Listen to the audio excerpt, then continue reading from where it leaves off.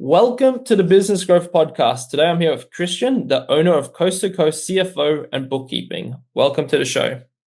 Thanks for having me. I appreciate it.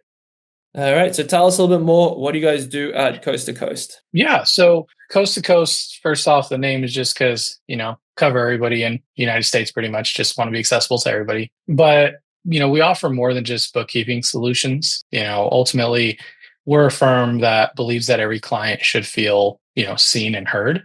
And kind of we want to give everybody the peace of mind of, what's going on with their business, what their money's doing, and how they're doing.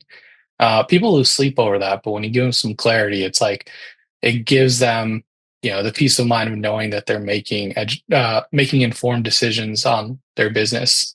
So that's pretty much what we do is we guide business owners and help them make the decisions they need to make. And the goal isn't perfection; the goal is progress. So yeah. Okay, nice. And then what got you what made you decide to start the business? So ultimately, it was having a family. I managed a CPA firm for some time. In addition to managing a CPA firm, I became a CFO of a fairly large nonprofit. And just having my family around, I realized that I wasn't in charge of my own time. And I started feeling guilty about not being able to, you know, having to call out or not being able to make a meeting or something because I wanted to, or I needed to be present with my family. So that ultimately was the deciding factor was, that I wanted to. Yeah, you'll hear my kids in the background, and all my clients know I'm a father first. But ultimately, that really is what it is. I wanted to be more in charge of my own time, and I wanted to have more control of my quality of life in regards to my, work life balance. hmm Yeah. Okay, nice. And then so I know you said when we spoke last, you're looking to double your annual revenue in the next 18 months. So tell us a little bit more about that. Yeah. I've been in business for about 16 months now, and in that time, I happily, have been growing steadily and very kind of happy with those results. I would like to double that. I passed that six-figure mark, which is awesome to pass and to even reach, as a business owner. And I'd like to double my revenue and kind of, double my clientele because I do have the bandwidth. So it's, but at the same time, I'm not looking to grow to where I lose quality of service of what I'm providing for my clients. So I think kind of, doubling up is ultimately kind of where I'll max out. And at that point, I'm going to close the doors and say, hey, not accepting any new clients. And I think that day is that's going to be a huge day for me to be like, hey, maxed out and this is where I'm at. And this is kind of what we're doing. I'm not looking to be a huge company. I'm not looking to do anything like that. Just looking to be comfortable and, just to not take on more than I need to, because ultimately it's all about the quality of service being provided to my clients. Right. Okay. And then so with that, so you're not looking at really bringing more people on into the team. It's more just however much you can do. Yeah, it's myself, and I mean, there's plans for like maybe bringing in, one or two part-time people, and that's about it. Yeah, not looking to grow a huge staff or anything like that. Yeah. Okay, cool. And that's interesting because some of the other ones usually, they've got they bring on other people. So what made you decide to have that approach? Um, Honestly, it just has to do with, I can build this. Like if I were to open the doors completely, the floodgates would open. I'd take on as many clients as I can. I'd Uh-huh. work more than probably what you're able to work, like what's healthy. Because I do that. I work till it's done, and that usually just means a huge time investment. And I Yeah. just don't necessarily want to build that. I don't want to Right. build, and honestly, clients feel that. The CPA firm that I worked at, and I hear from other clients and stuff that they've worked at firms where they're just, they just call in and ultimately like they're just always things pending, or there's, or they don't have that kind of that boutique feel, and that like, hey, you're being seen, you're being heard, you're being taken care of by this one person, Mhm. kind of a thing. So I don't want to lose that. I think ultimately, me helping my clients is also helping the business. Right.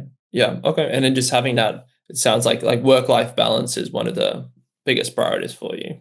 Yeah, nobody ever died and said they wish they worked more. I want to definitely be sure that, while I can, while my kids are young and while, I have my family, I want to be there for them. So, Mhm. I want to, also though, what I'd like to do is also be maybe, not an example, but I'd like to bring that different angle, and have people see that and give people hope of like, hey, you can grow a business and be happy. You don't necessarily have to grow a business and, drown yourself with work, kind of a thing.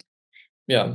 Okay. And then how do you plan on like doubling the business? I know previously we spoke, you said you were looking like word of mouth, or what was kind of like your main plan to doubling it in the next 18 months? I think there's something great about kind of having that word of mouth, the referral based growth. It's organic and it's people that are dealing with you that, people that are dealing with you kind of saying, oh, hey, I got a guy that does that. Or, hey, my guy, or the conversation just comes up, hey, how's business? People are having, the holidays are coming up. When people are sitting down at the table and having that conversation with friends, having Friendsgiving and all that, those conversations come up and then introductions are made. Yeah. And I think it's something really cool about that. There's just something so great about, organic growth because it's almost like a tight knit group, and Mm. it's just kind of it's a nice thing to it's a nice way to grow, I think. And I'm not constantly trying to sell myself because these people already kind of know about me, so it's kind of an Mm. easy it's just an easy conversation, kind of like what we're having. Yeah, yeah, definitely. Yeah, the referral sells itself essentially. Right.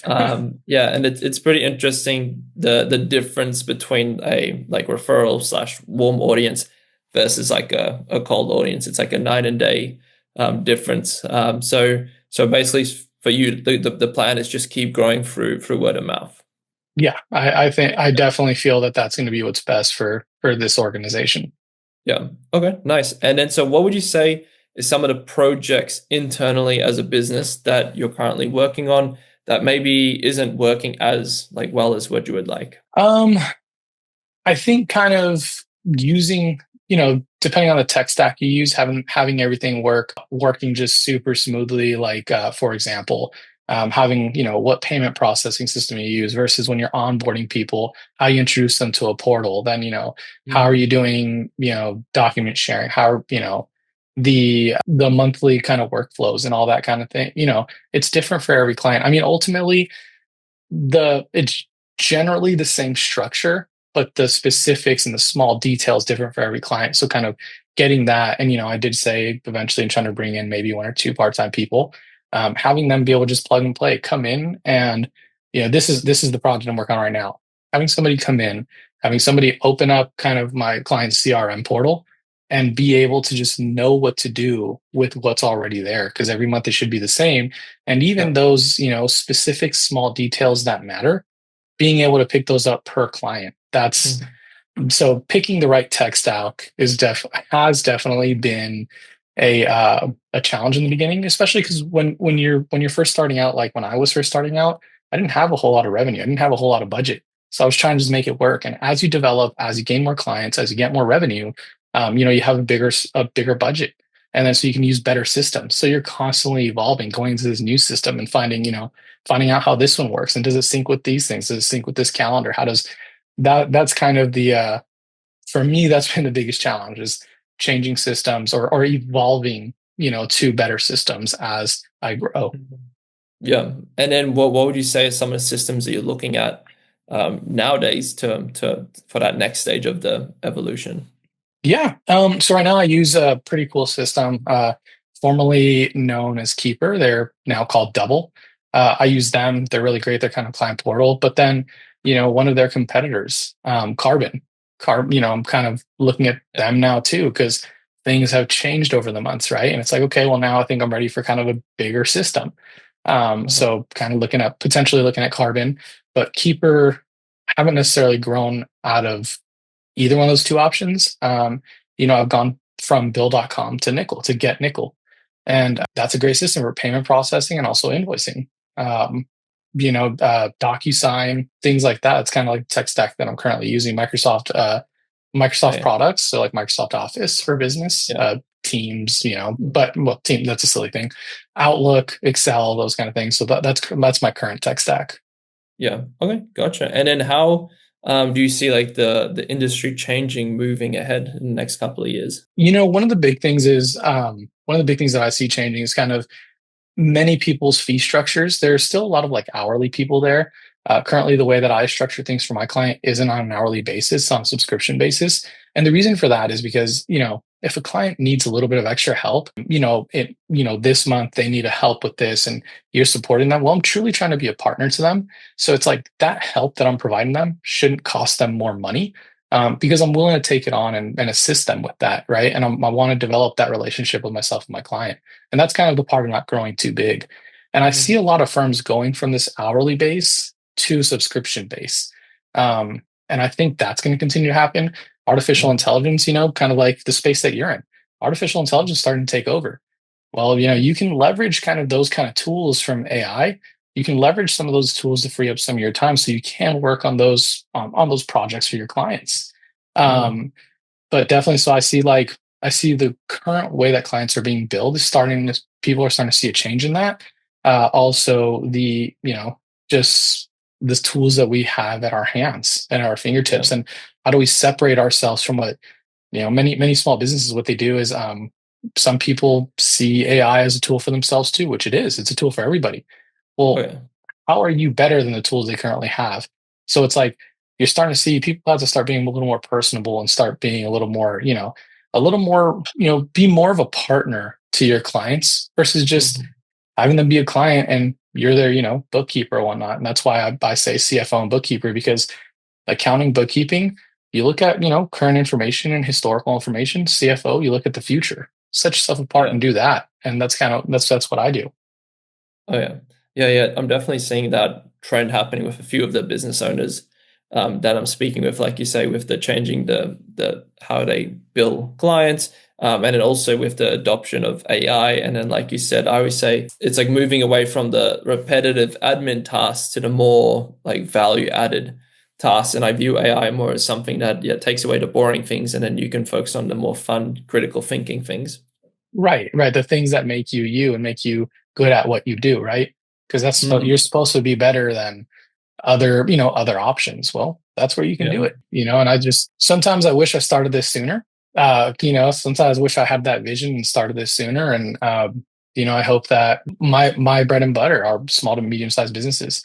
And they're great. And I wish more people believed in themselves enough to take that jump, start that business on the side, and then let it grow organically to where they have to make that choice. And that's pretty much what I did. I kind of start on the side. When I started taking, some clients came in a little too fast, and I had to make a decision. I was like, wow, yeah, I'm at you know, pretty much 60, 70% of my salary. So what do I do? Do I balance both of these, juggle it and kind of drown, or do I make that jump, focus on these guys and, mm, perfect what I'm doing for them, and then open up the doors and offer the services to more people? And that's what I did. And I hope, I really hope more people have the confidence in themselves and take that bet on themselves to do it. Because that's what entrepreneurship is, right? It's betting on yourself every single morning because you don't have a safety net. It's you. yeah, So that's like, I wish I did started this a long time ago.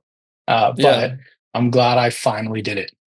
Yeah, I love that. Yeah, that's definitely like you said, entrepreneurship is definitely betting on yourself. You don't have the paycheck, but it's also awesome because you get so much opportunity, and you control everything, like you said, like with your hours and everything. So yeah, it's definitely pros and cons. Yeah, So I know we're starting to run out of time here. So a question I always also like to ask is, and while we were talking about AI, if you could have a AI robot come into your business and do whatever, what would you get it to do and why? I would love for it to, I'd love for, if this ever was created, kind of something to take calls for me and kind of like schedule them, take those calls, turn them into a schedule in a meeting, and not just a regular, hey, this person called, call them back, but Yeah, like hey, this person called, this is what they need. Here's the yeah, meeting. Here's the meeting to serve their needs, kind of thing. right. Yeah, so like basically like a receptionist essentially, but an AI. A receptionist, yeah, AI receptionist that maybe if you had like a receptionist that wasn't scared to kind of pry and ask questions, that'd be cool. Like an Right. AI thing that's just not scared to ask more questions than what people generally just give on a phone call. Hey, can you have him call me back? Sure. Why? What are you Yeah. calling about? Is there something we can help you with? What is it that you need? Like, Right. that would be really cool. And then just put it on my calendar. That'd be awesome. Help me like Right. plan my day. Yeah. Yeah. Well, I don't know. I don't think AI has fear. So I think that should be, I think that should be all good in terms of that. So yeah, it's been great having you on the show. Where can people go to find a little bit more about you and what you do? My website is coastcfo.com. You can always go there. You can always reach out to me, coastcfo.com. And yeah, I mean, that's me. Alrighty. Well, I appreciate you coming on, taking your time and sharing your story. You guys may listen to the Business Growth Podcast. Until next time, keep growing.